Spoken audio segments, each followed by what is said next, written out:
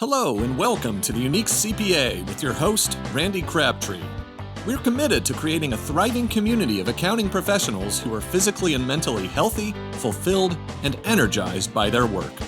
Our ultimate goal is to elevate the reputation of the accounting profession and vastly improve the lives of those in it.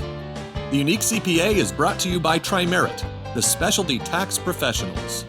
Welcome to the Unique CPA podcast, where we go beyond the numbers to highlight the people and the ideas reshaping the accounting profession with intention, innovation, and humanity. Today's guest is Allanté Collier. She is founder and CEO of Streamline and Scale, an operations management agency helping growth-minded leaders build businesses that run smoothly without them even being at the center of everything. Allanté is a strategist, a system builder, a freedom architect with more than a decade of experience in process improvement, which we talked about this before we started recording. This is not my expertise, but she definitely has the process improvement, quality assurance, and scaling service businesses. Her mission: to help entrepreneurs reclaim their time, protect their profit, and build what she calls a famine-proof infrastructure. Allanté, welcome to the Unique CPA. Woo! Randy! What an intro. No, that was amazing. That was phenomenal. Thank you so much for having me. I'm so excited to be here. Well, I'm glad you're here. How long have we been trying to do this? It's been quite a while. Man. It's been some months, Randy. It's been some months. But we're here. We made it. We're here. We got it done. I've got a feeling that I probably had to reschedule a couple times. So I apologize for that, but thank you for being patient. Oh, good. So I gave you ChatGPT and gave you an intro there. I've been using ChatGPT lately, and you have to edit and everything, but it does a nice job, I think, explaining the things that you're working on. Yeah. But why don't you give us a little more on your background? Because we're going to talk about that famine-proof infrastructures, or that you're in the business of longevity, if I said that correctly. But why don't you give us a little background on yourself and what you're doing? Absolutely. Well, first and foremost, I'm from Atlanta, Atlanta native, and my background is in engineering, industrial engineering to be exact. And shortly after college, I got into the construction industry. I was doing some project management over automation and controls. And Randy, I'm one of those people. I love the company I was working with. I love the people I was working with. I love the work that I was doing, but I did not like being kept in a box. Mm-hmm. I did not like being limited. And so in December of 2019, that's when I had that big corporate escape, that big leap. And, back in early 2020, pre-pandemic, I was doing something very different from what I'm doing today. So I had bought my first home, my first investment property at the age of 22, 23, and had turned that into an Airbnb. Then I had a travel business. Honestly, back then I was living my best life. But I like to say the pandemic was one of those things that was a blessing in disguise, because it allowed me to bring everything full circle. And instead of me back then, I was very young. I had it all. I had the condo in the city, the travel, all of that goodness. But I was empty inside. I wasn't fulfilled, right? So there's a saying, I went from chasing paper to chasing purpose. And so I was able to bring everything full circle. When the pandemic did start or did hit us, it was like March 2020. I was in Seattle at that time. Unfortunately, I had to shut down my businesses. I had to shut down that Airbnb, the travel business. We were just stuck inside. And so those were my placement income streams from corporate. And so back then I'm like, well, what am I going to do? So I transitioned completely online, and that's when the whole famine-proof business started. And I got into building my personal brand, Randy, online, build a following. I was on Facebook at that time. And back then, I decided to start an attraction marketing company because I was gifted with starting businesses, getting them off the ground, getting them profitable really quickly. And so a lot of people, they struggle with getting clients, getting cash flow. And so I just said, why not market in a way that's in alignment with who you truly are and how you want to show up in this world? So I did that. As my clients, got their business off the ground, got the cash flow, now they're chained to their desk in business. So that's when the engineer brain start kicking in. And that's when I pivoted into business consulting. And so at that time, we were just a consulting company, but due to demand, we were only so big, I had to go the agency route. So July of 2022, that's when I launched Streamline and Scale, which is the operations management agency. Nice. Where we specialize in famine-proofing businesses, making sure that not only can you sustain your success, but regardless of what economic or environmental disaster happens, your business will survive. There's a recession that's been lingering for who knows how long around the corner. And so with all of this talk that's going on around the world, the last thing that we want to think about is, will your business survive? Will your business be here next year, 3 years, 5, 10 years down the road? So luckily, I was able to create a famine-proof blueprint, and that's what we do. So I assume the famine-proof building, famine-proof infrastructures is synonymous, I can't say that word, synonymous, there you go, with where you say we're in the business of longevity. Is that the same, or are those, okay, so. Absolutely, yeah. And there was a statistic for my community that Black women, we were starting businesses quicker and faster than anyone else. We were also closing businesses quicker and faster than anyone else. Okay. So, outside of that, I'm like, first, I don't want anyone to ever have to experience what I had to, having to shut down businesses, especially after corporate, your replacement income streams, you're left to think, what's next? You have no clue. And so I feel like there's 3 core components within your business that you can instill. And this all comes from, we have a proprietary operating system that we implement with our clients. But once you have this in place, it really doesn't matter whether we're in a recession, a depression, whether the world is on fire. Your business will withstand the test of times. And that's what we're here for. We're in the business of longevity. So yes, that's where that was birthed. It birthed from me having to shut down my businesses. But really, growing up, Randy, I had this limiting belief that I had to choose between what type of freedom I wanted. I had to choose between either financial freedom or time freedom. I didn't know that they could both coexist. And so once I became an entrepreneur, once I was able to let go of the shackles of the corporate world and I was able to really just let my light shine, I found out that complete freedom is something that is, that we can have. And so that led to, I don't believe in work-life balance. I believe in work-life harmony. So when you create a business that complements the lifestyle that you want, Randy, that's just one of the things that can lead to, your business standing the test of time. But to answer your question, yes, that's where I started. No, that's good. I see the passion coming through. Yeah. So let's talk a little bit about, because you mentioned your experience, you've had to pivot and shut down an existing business. You just mentioned that there are concerns of a recession coming around. So what steps do you help businesses with to start to famine-proof their organizations? Yeah, well, the very first thing is you have to be aware of where your business currently is. So the first thing that we do is we do an operational audit over 6 core areas of the business. And so that lets me know what are the hidden bottlenecks, what are the profit leaks that currently exist, right? And all the different processes and systems that you have. Once we know what those gaps are, once we know what is the bottleneck, and a lot of the times it is a CEO, him or herself, then that allows us to then create, a game plan. We do it in 90-day sprints, but we create a game plan so that we can streamline their operations and prepare the business to run itself on autopilot and sustain in any economy. And of course, there's an art to the madness, but a lot of it just starts with simple awareness, because sometimes we're just so close to the business, we can't see it. Or sometimes we don't have the eyes in our team that can see things, see red flags before, it becomes a big gap in our business. And so honestly, doing quarterly audits is really key in order to not just stay on track with, the leaks and the bottlenecks that's happening in your business, but also to become more proactive instead of reactive, right, in your business.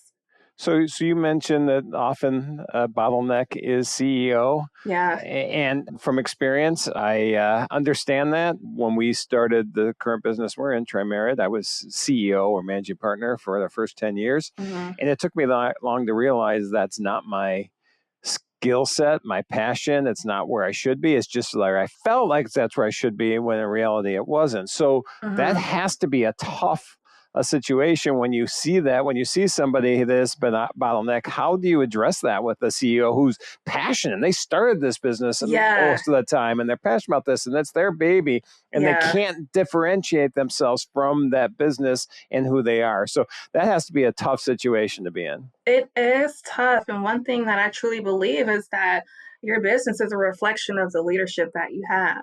So when the leadership is not optimal, how is the business supposed to be optimal, right? And so going back to the very basics, right? Making sure that your foundation is concrete, that is crucial.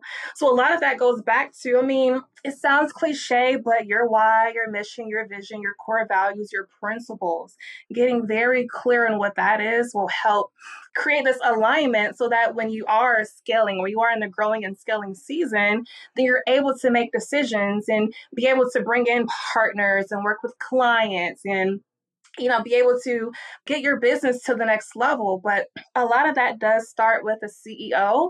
And so we have to spend some time and kind of understand like, what is the vision, this big vision for this company, right? So what kind of lifestyle does the leadership want to have or does the CEO want to have? And is the business infrastructure currently set up to complement that?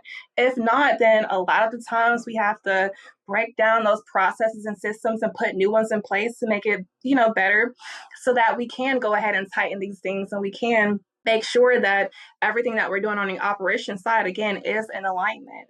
So a lot of that is clarity, right? Getting very clear on what do you stand for? What are your core values, right? What is your big vision? And then also there's this thing that I got from one of my mentors that a lot of people rely on motivation versus vision to, wake up out of bed and do what needs to be done and keep, the needle moving in your business. But one thing about that is motivation is a force, meaning motivation is something that pushes you, is something that's being exerted.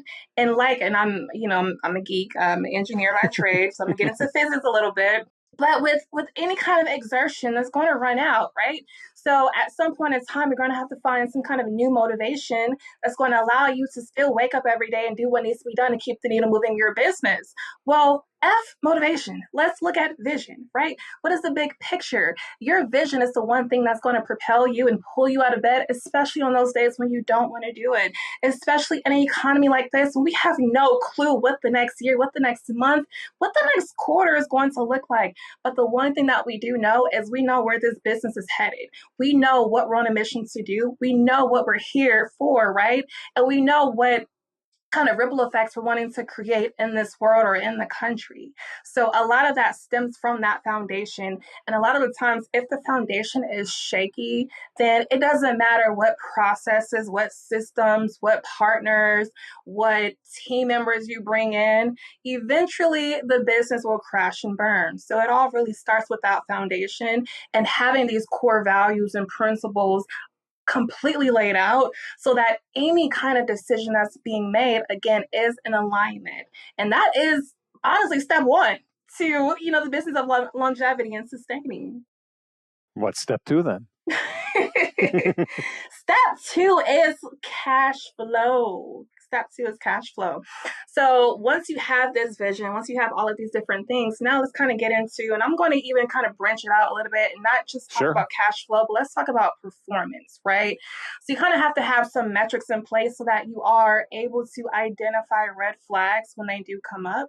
And so some red flags may be like, for example, what profit margin do you consider healthy for your business, right? When you're looking at your profit margin, when you're looking at the changes month to month, quarter to quarter, year to year, right? When you're looking at this, you have someone that's keeping track of this. You're able to see, let's say from Q1 and Q2, there's been a significant decrease in your profit. So a lot of that is like, well, well, what happened? Are we spending too much? Are the team members that we have, are they performing? Is it the marketing that we're doing? Is it the lead generation? Like, numbers don't lie, data doesn't lie. So when you have these metrics kind of laid out, then you're able to kind of dig a little bit deeper and see exactly what the issue is. And then that creates the game plan of, so what kind of processes and systems do we need to have in place so that we can get back on track and prevent this from happening? And then when you say processes and systems, are you talking technology involved in this, or is it just process? Hey, here's how we're going to go from A to B. Is there a combination? I know you talk about AI, and AI's and automation's a big thing with you. How does that play in? Yeah. So I'm going to break it up into the difference of processes and systems and automation. So a process is just a step-by-step methodology to get something done. The system includes the process, but it also includes some tools that's needed so that whatever input you have is giving you the output. The automation are the tools to help put this thing on autopilot. So when you look at a business, there's different departments. You have marketing, you have admin, you have operations, you have sales, right? So all of these different departments have their own processes and systems that they do in order to keep the business running. When you're looking at sales, right? Looking at the buyer's journey, what are those steps, the process, marketing and sales that you take to take a cold lead and convert them into a happy paying client? When you have this process laid out, you have a system behind it, maybe some automation behind it. That's what I mean by the processes and systems, Randy. So with every department has their own process and system to keep the needle moving, but everything is interconnected, right? All right. And then, okay, so process, which I'm terrible at, and procedures, which I'm terrible at, but people I'm not. And I know automation and all that is important, and we need to have part of that, but people for me is the most important part of our organization. And so how does people play into this? Yes. So when I look at operations, I look at it as the 3 Ps. You have your processes, you have your people, and you have your performance. So now we're talking about people.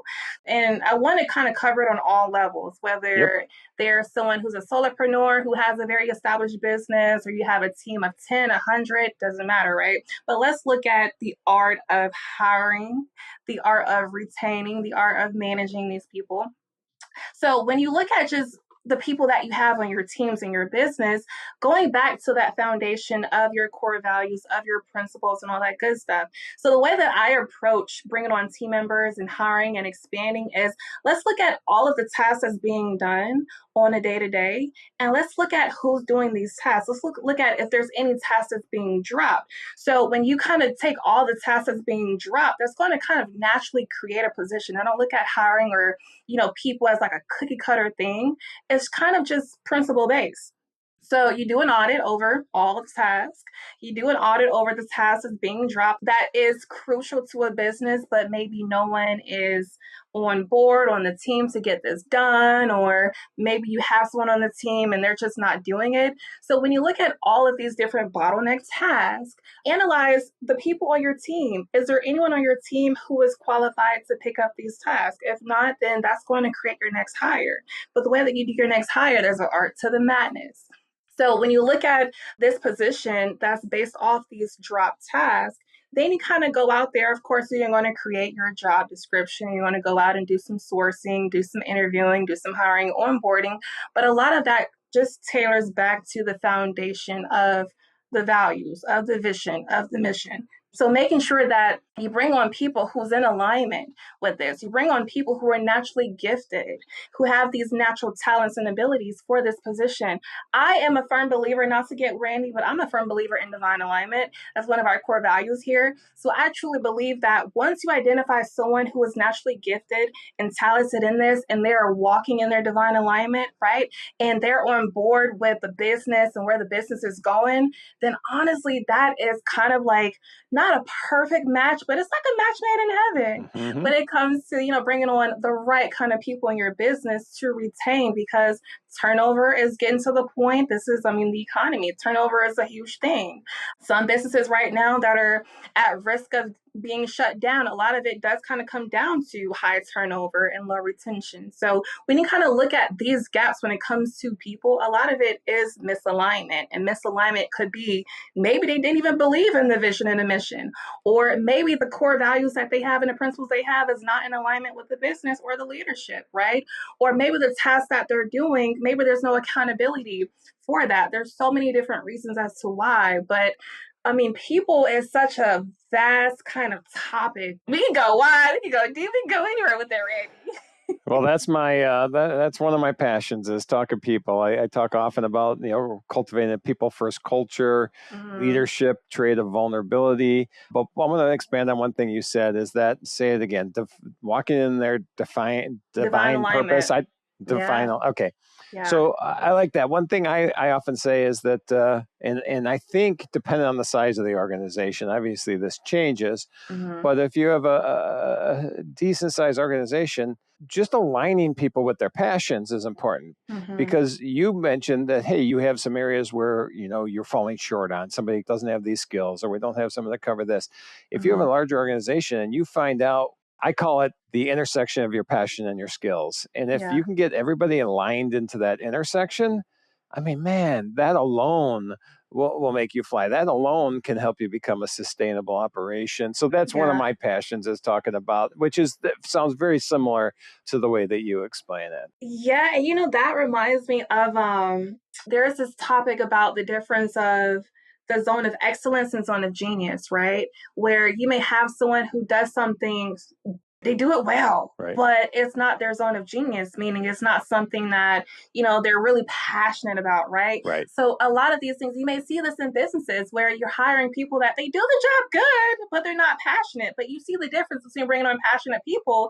They're naturally going to, look at how can we make things better, faster. They're going to, that's continuous improvement. How can we, take things to the next level versus bringing on someone who's working in their zone of excellence. They're just going to do the job and do it well, and that's it. So kind of like, which one do you want to bring on? You want to bring on someone who is operating in a zone of excellence, or do you want to bring on someone who's operating in a zone of genius? What kind of energy do you want to have in your team? What kind of team environment do you want to cultivate? A lot of these questions, reverse engineering, will help kind of dictate, a lot of this when it comes to people. We've touched on a lot of the P's, the process, the procedure, the people, the passion. There was one more in there that I know there was a fifth one. Are there other areas that we did not touch on that we should be concerned about when we're looking at creating the sustainable firm? Yeah. So I want to back it up and kind of recap this in a way that our operating system is. So we work in 3 phases. Phase 1 is all about the infrastructure, so making sure that the business is sustainable. So a lot of that is dependent on, what you're offering into the world. Is this a match for the audience that you're serving and all that good stuff, right? Then the next phase is making sure that you have the processes in place so that your business is scalable. It's one thing to be sustainable, but then you're going to come to an income ceiling at some point in time, right? So how do you make sure that your business is scalable? The third component, the third phase of that is your business sellable, right? So do you have the right team members in place to be able to remove yourself from the day-to-day operations of your business? And a lot of that comes down to performance. So once you have the foundation in place, once you have the infrastructure in place, once you have the processes, the systems, the tools in place, once you have the team in place, the last step that a lot of people miss is that accountability, right? Performance. So you have to identify your KPIs, your metrics, to have an accountability system so that you can hold these people accountable. And that right there is a lot of times the missing piece of the puzzle of a business that can sustain in this business of longevity. So when you're looking at your business and you're looking at the type of people that you have on your team, does everyone understand their role? Does everyone have KPIs and metrics, right? Is there a way that you're holding your team accountable? This looks different. Are you having calls weekly or sometimes daily if it makes sense for your business, right? Do you have some kind of a plan in place that when things fall short, you're able to address this, in a timely manner, right? So a lot of this comes down to performance. It comes down to that last P that we're talking about, Andy. All right. I knew there was another P in there. Performance. There we go. And passion. Yes. I think that was one. I think we said passion already too. I think we're going to have to rename this process, the 5 Ps or whatever we came up with there. Let's before we wrap on that, because we talked about scaling and sustainability, but is there a common or multiple common mistakes that people run into when they look to start to scale their organization Ooh. and create this? Yeah.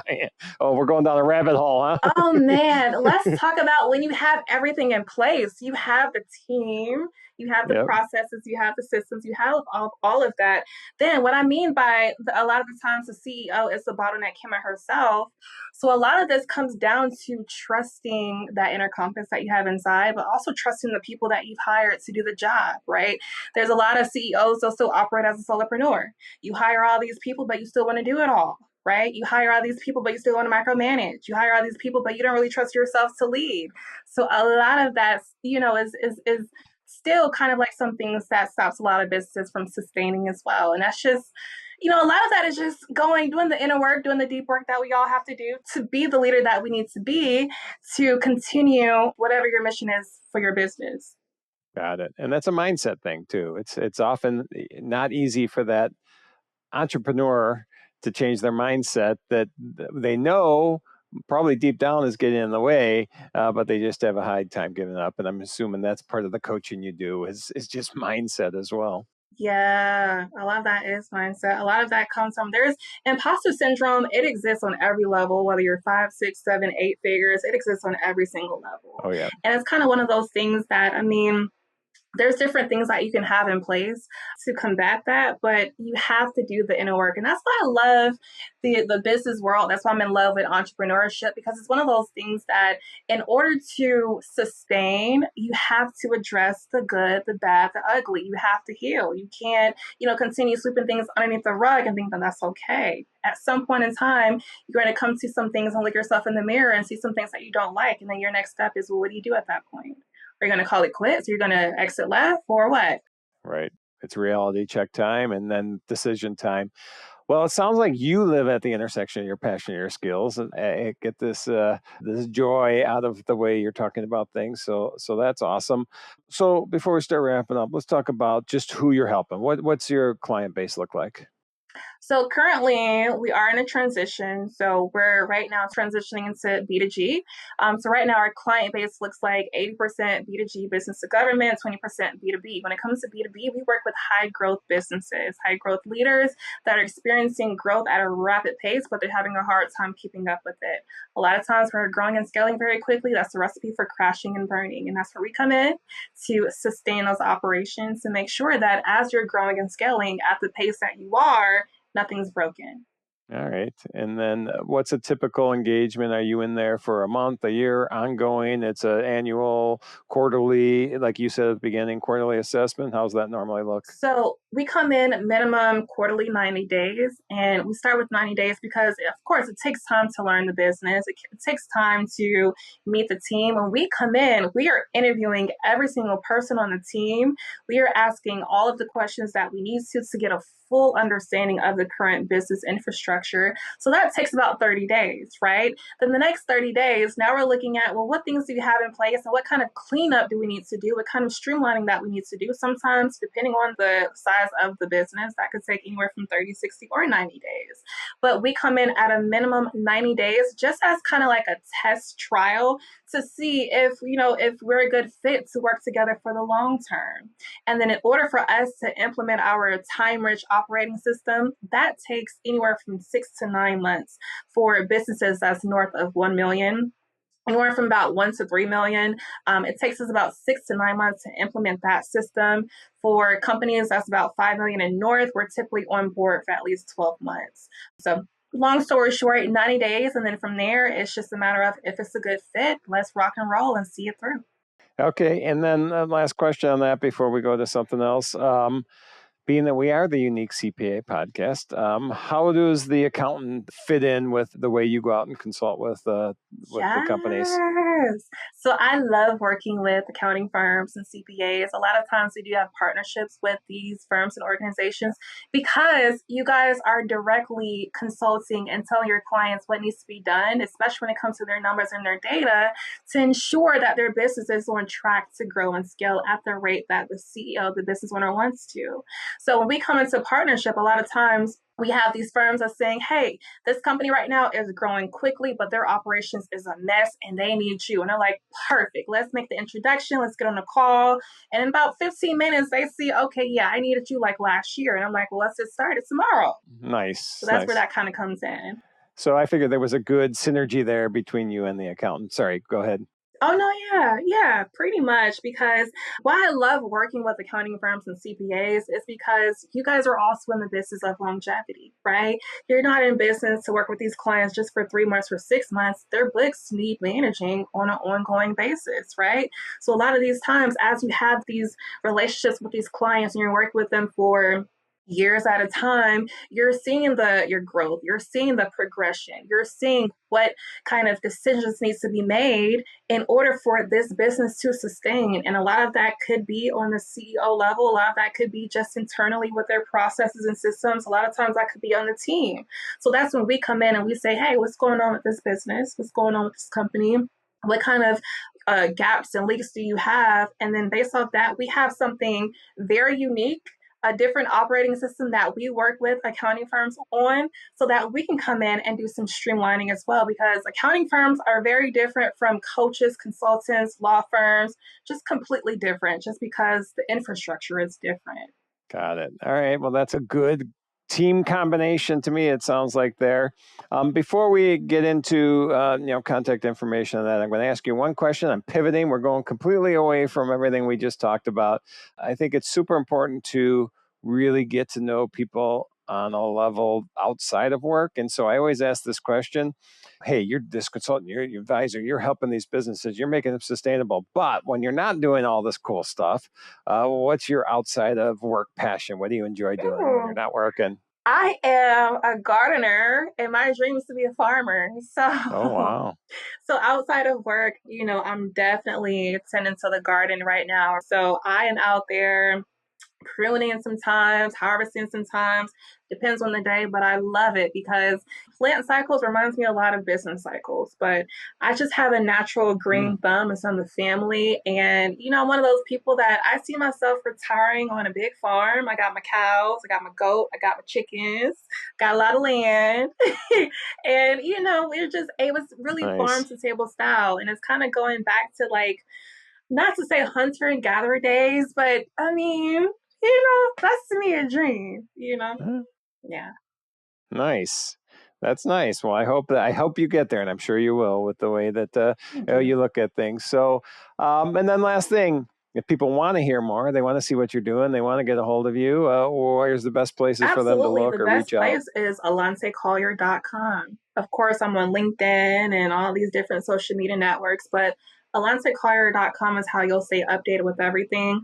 Right now, I am running and doing a series. It's a free training series over becoming famine-proof. So I'm going every Thursday. I'm going over different steps so that businesses can survive, not just this recession, but any recession.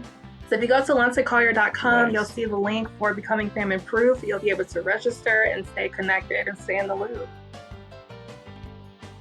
All right, and we will put that in the show notes as well. Well, Allanté, I'm glad we finally got this done. It was a pleasure talking with you. I'm very excited to see all the great things Randy, that you're going to continue to do. Thank you so much for having me. Thank you for joining us today on the Unique CPA. You can find the show notes for today's episode and learn more about TriMerit at theuniquecpa.com. Remember to subscribe and leave a 5-star rating on your favorite podcasting app. And join us next time for more expertise and insights on the Unique CPA. Professionalproductions.net